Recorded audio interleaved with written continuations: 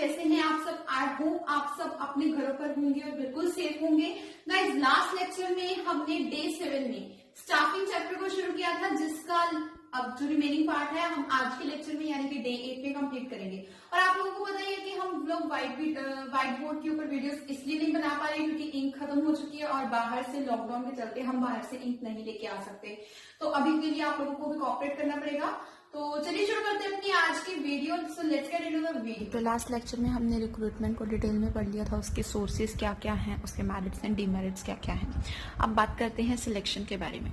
तो सिलेक्शन सबसे पहले होता क्या है वो देख लेते हैं। देखिए, कोई भी पोस्ट के लिए जब भी कंपनी कहती है कि ये हमारे पास वैकेंसी है, तो उसके लिए बहुत सारी एप्लीकेशंस अगर कंपनी को आती हैं तो उसमें से एप्लीकेशंस में से उस नंबर ऑफ कैंडिडेट्स में से किसी एक पर्सन को चूज करती है जब कंपनी, उसी प्रोसेस को हम बोलते हैं सिलेक्शन।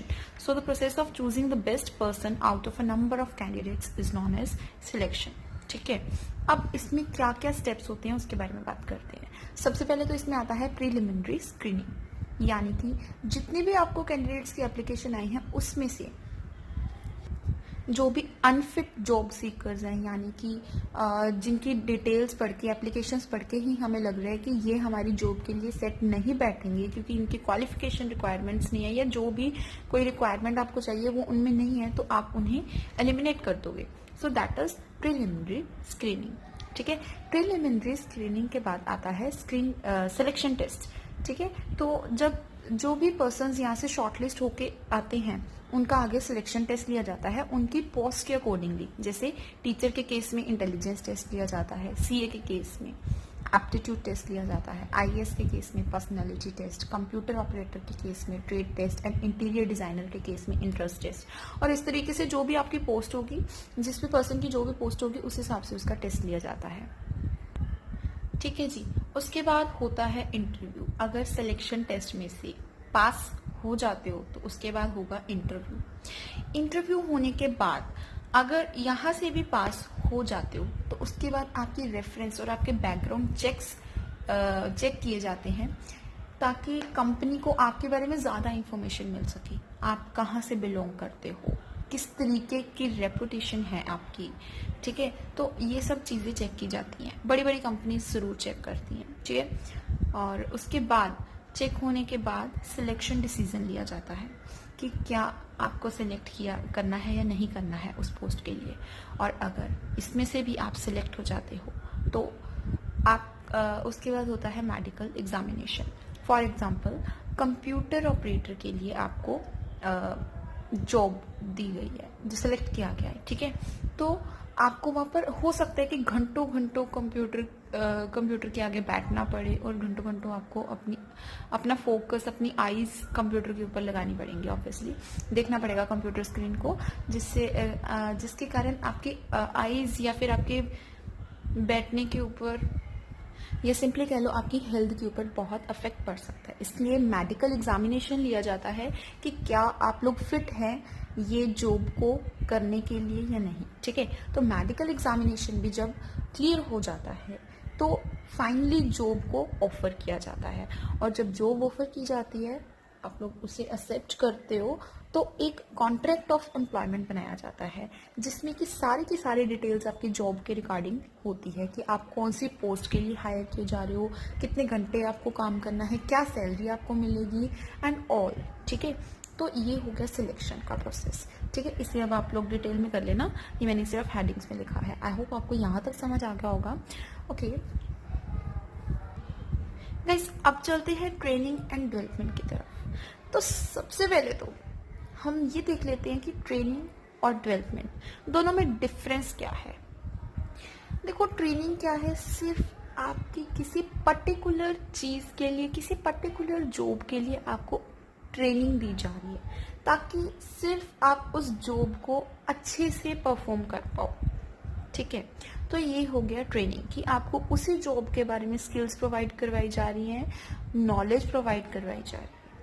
ठीक है, जबकि जो डेवलपमेंट है ये एक लर्निंग का प्रोसेस है, एक ग्रोथ का प्रोसेस है, आपकी ओवरऑल ग्रोथ देखी जाती है इसमें। ठीक है, तो ट्रेनिंग में ये आपको सिर्फ उस जॉब को बेटर करने के लिए ही प्रोवाइड की जाती है, जबकि डेवलपमेंट आपकी ओवरऑल ग्रोथ को भी देखता है। ठीक है, अब ये क्योंकि एक पर्टिकुलर स्किल को डेवलप करती है ट्रेनिंग, तो इसलिए ये एक जॉब ओरिएंटेड प्रोसेस है। आपको सिर्फ वो पर्टिकुलर जॉब ही दे सकता है। लेकिन डेवलपमेंट जो है वो एक करियर ओरिएंटेड प्रोसेस है। जब आपके पास एक लर्निंग, एक आपकी ओवरऑल ग्रोथ सच में हो रही है, तो आप एक अपना करियर प्रॉपर उसमें बना सकते हो। सो ये करियर के ऊपर फोकस करता है। ठीक है, और ये जो डेवलपमेंट है ये आपकी ऐसे ही आपको नहीं की जाती, प्रोवाइड नहीं कर सकते कोई भी। आपको हमेशा अपने वर्क के एक्सपीरियंस के थ्रू ही आपकी डेवलपमेंट होती है। ठीक है, अब बात करते हैं ट्रेनिंग जो है ये एक शॉर्ट टर्म प्रोसेस है। ठीक है, कुछ पर्टिकुलर टाइम के लिए, साल 2 साल या कितने भी टाइम पीरियड के लिए ट्रेनिंग चलेगी। लेकिन डेवलपमेंट जो है, क्योंकि ये आपको एक्सपीरियंसिंग होती है, मिलती है। ठीक है, डेवलपमेंट चलती ही रहती है थोड़ी थोड़ी करके। ठीक है, आप किसी पर्टिकुलर काम में जाओगे, आपको धीरे धीरे उसकी बारीकियां पता लगेंगी। तो ये एक ऑनगोइंग प्रोसेस है।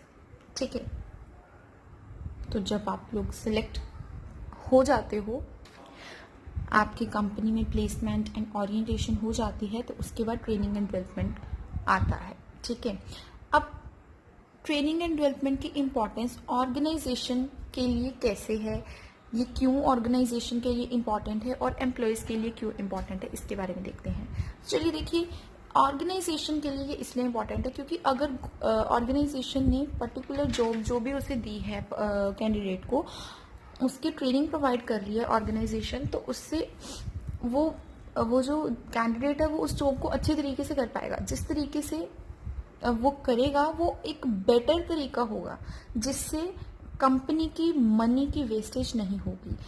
मनी की वेस्टेज नहीं होगी तो ऑब्वियसली कंपनी को प्रॉफिट्स जो है वो ज्यादा होंगे।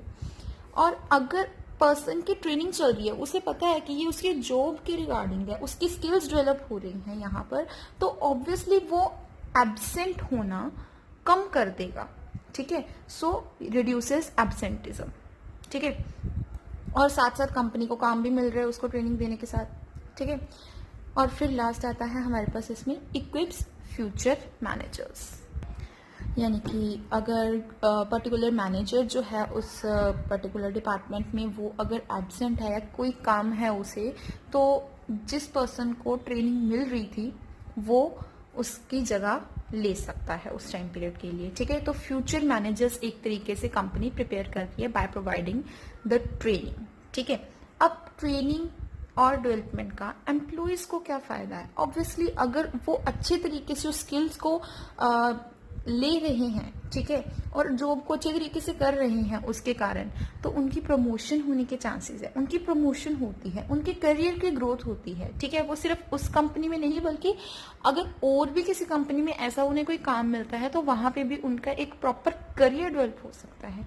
ठीक है, उनकी एम्प्लॉयमेंट अपॉर्चुनिटीज बढ़ जाती हैं क्योंकि वो किसी और कंपनी में भी सेम काइंड ऑफ वर्क कर सकते हैं। ठीक है, और उनको अपनी जॉब से सेटिस्फेक्शन भी होती है क्योंकि उन्हें कुछ सीखने को भी मिल रहा है। अब ट्रेनिंग की कौन कौन से मेथड्स होते हैं उनके बारे में बात करते हैं। तो ट्रेनिंग के 2 तरह के मेथड्स होते हैं, on the job methods end of the job methods. ठीक है, ध्यान रखिएगा ट्रेनिंग के मेथड्स हैं ये, डेवलपमेंट के नहीं है। ठीक है, तो training on the job end of the job 2 तरीके से होती है, यानी कि जब आप काम भी कर रहे हो साथ साथ सीख रहे हो तो वो हो गया ऑन द जॉब मेथड। लेकिन अगर आप काम बाद में करोगे, पहले सीख रहे हो, पहले उसकी प्रॉपर ट्रेनिंग ले रहे हो, उसके बाद आप काम करना शुरू करोगे उस कंपनी में, ठीक है, तो वो हो जाता है ऑफ द जॉब मेथड। तो ऑन द जॉब मेथड का मतलब हो गया लर्निंग वाइल डूइंग, जबकि ऑफ द जॉब का मतलब हो गया लर्निंग बिफोर डूइंग। समझ आया? अब ऑन द जॉब जो है ये लेस कॉस्टली है क्योंकि कंपनी साथ साथ उसे पे भी कर रही है और साथ साथ सिखा भी रही है। ठीक है, और मतलब काम भी उसे मिल रहा है कंपनी को साथ साथ बीच में से, लेकिन यहाँ पे कंपनी उसे पे भी कर रही है और पहले अलग से ट्रेनिंग दे रही है, तो ये ज्यादा कॉस्टली हो जाता है क्योंकि कंपनी को काम पहले नहीं मिल रहा, सिर्फ ट्रेनिंग ही देनी पड़ रही है।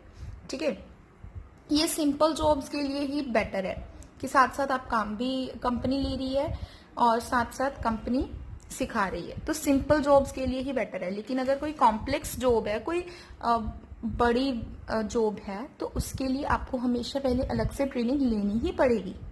ठीक है, तो ये एक कॉम्प्लेक्स जॉब है। ठीक है, कॉम्प्लेक्स जॉब्स के लिए ही ऑफ द जॉब मेथड्स को प्रोवाइड किया जाता है। ठीक है, यहाँ पर टाइम की कंजम्पशन कम होती है, जबकि यहाँ पर ज्यादा होती है। So off the job methods are more time consuming. ये तो हो गया एक डिफरेंस इन दोनों में। ठीक है, अच्छा बच्चे, अब बात कर लेते हैं ऑन द जॉब मेथड्स कौन कौन से हो सकते हैं, ऑफ द जॉब मेथड्स कौन कौन से हो सकते हैं, और उसके बाद आपका चैप्टर एब्सोल्युटली कंप्लीट है। तो जल्दी से देखिए, बिल्कुल थोड़ा सा पार्ट रह गया है। अप्रेंटिसशिप, जहां पर जो ट्रेनिंग ले रहा है, जो कैंडिडेट है, ठीक है, वो एक मास्टर की गाइडेंस के अंडर रखा जाता है 2 से लेकर 5 साल तक, कोई भी टाइम पीरियड हो सकता है। ठीक है, जैसे कि प्लम्बर, जैसे कि इलेक्ट्रिशियन।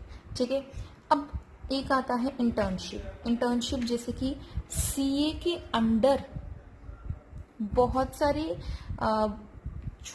जो किसी एक्सपीरियंस्ड सीए के अंडर बहुत सारे और सीए काम करते हैं। ठीक है, जो अभी न्यू सीए बने हैं। ठीक है, तो ये उन्हें प्रैक्टिकल ट्रेनिंग प्रोवाइड करते हैं। एक्सपीरियंस्ड सीए ट्रेनीज को प्रैक्टिकल ट्रेनिंग प्रोवाइड करते हैं। ठीक है, और जो अमाउंट उन्हें देते हैं बहुत थोड़ी सी देते हैं, उस अमाउंट को कहते हैं स्टिपेंड। ठीक है, तो ये एक इंटर्नशिप है, मतलब यानी कि काम भी आप कर रहे हो, साथ साथ आपको सीखने को भी मिल रहा है। ठीक है, एक आ जाता है जॉब रोटेशन, यानी कि एक ट्रेनी को डिफरेंट डिपार्टमेंट्स में शिफ्ट किया जाता है थोड़े थोड़े टाइम पीरियड के लिए, ताकि वो हर डिपार्टमेंट का काम सीख सके। ठीक है, तो ये भी आ गया ऑन द जॉब मेथड में, काम भी लिया जा रहा है, साथ साथ उसे सिखाया भी जा रहा है। अब बात करते हैं of the job methods. Of the job, यार उस जॉब के बारे में आपको बताया जा रहा है जब आप जॉब पे नहीं जा रहे। ठीक है, जॉब की डिटेल्स के बारे में आपको बताया जा रहा है, किस तरीके से आपको परफॉर्म करनी है, आपको पूरा डेवलप किया जा रहा है उन स्किल्स को आपकी। ठीक है, तो वो किसके थ्रू कर सकते हैं, क्लासरूम लेक्चर्स के थ्रू कर सकते हैं, आपको फिल्म्स मूवीज दिखाकर कर सकते हैं, कंप्यूटर मॉडलिंग के थ्रू कर सकते हैं, या केस स्टडीज के थ्रू कर सकते हैं। ठीक है, तो ये हो गया आपका overall chapter complete guys. Thank you so much for watching my video.